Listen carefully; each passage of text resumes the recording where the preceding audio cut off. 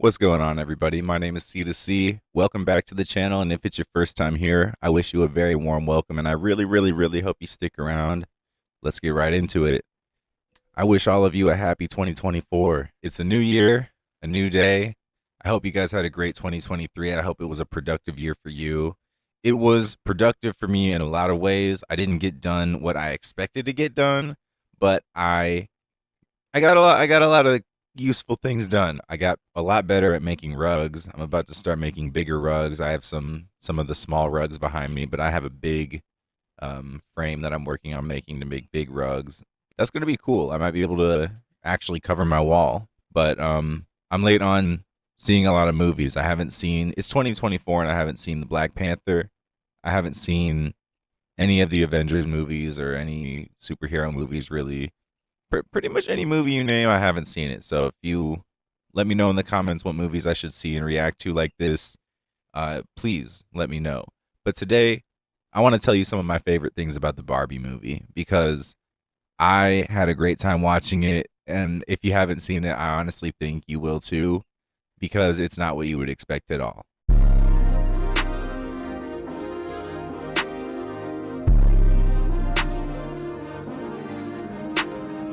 Warning: this video will include spoilers about the Barbie movie. So if you haven't seen it and you don't want to know anything about it, just go see it. Don't worry about it. Go watch it, come back, let me know your comments and thoughts. I don't really get too deep, but I definitely let a couple of things slip. So bear with me. Watching this movie was amazing. My buddy gave me some magic chocolate. I ate 3 pieces and had a great time watching Ponyo. And then I watched the Barbie movie with my wife right after, and it was a really good time. So, yeah.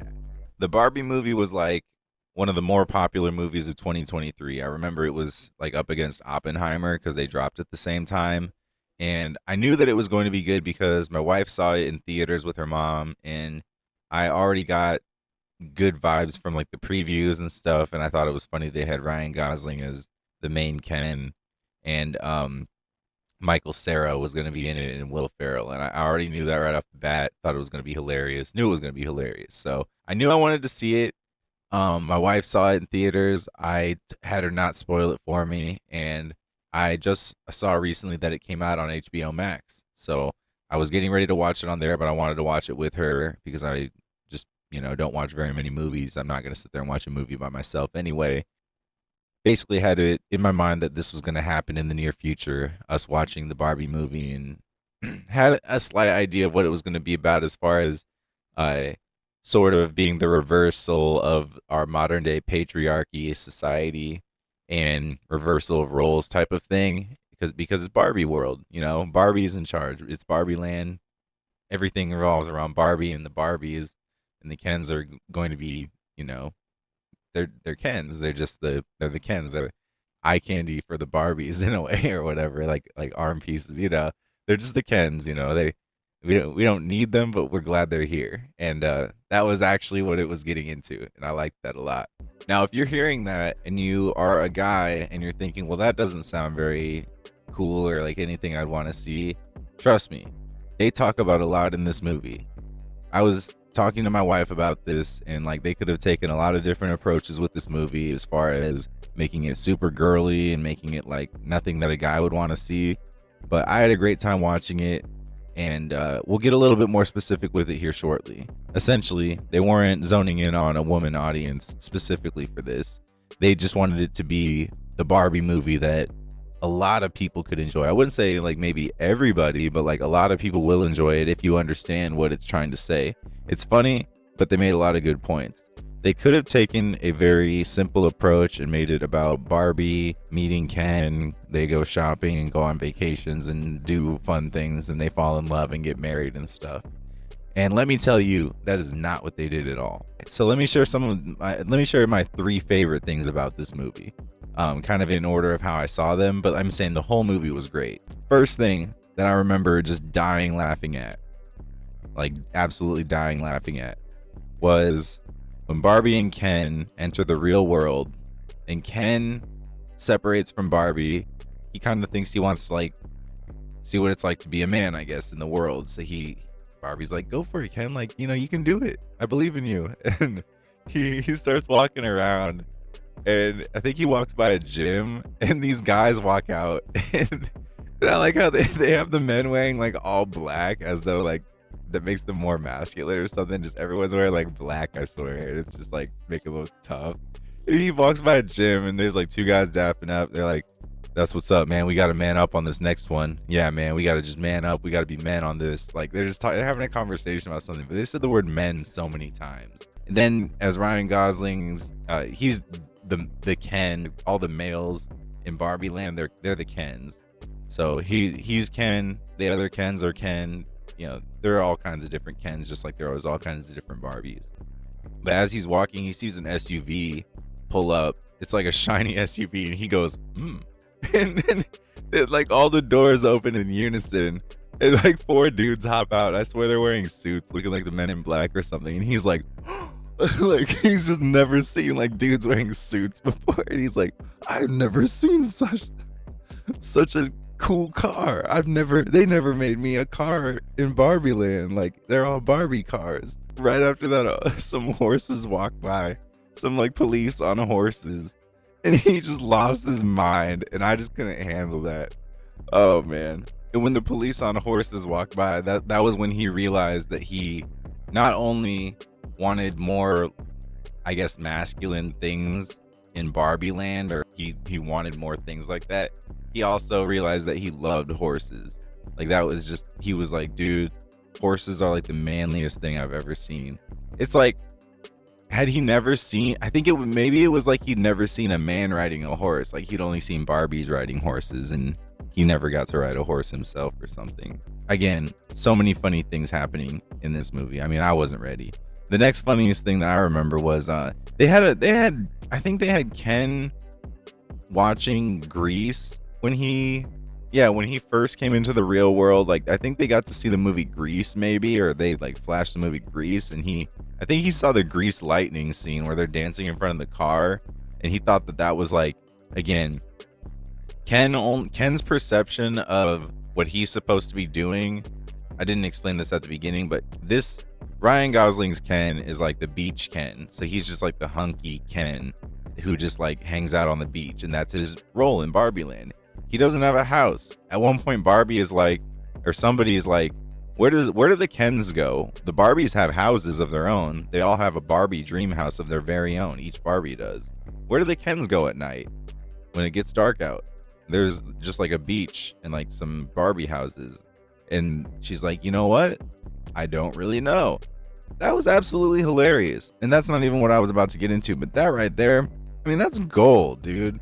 Also, when they drank things, there wasn't any liquid in the glasses, but Barbie would like sit there and drink and, there'd be nothing in it. But that's how Barbies are, you don't sit there and pour them actual cups and, pour it in their mouth.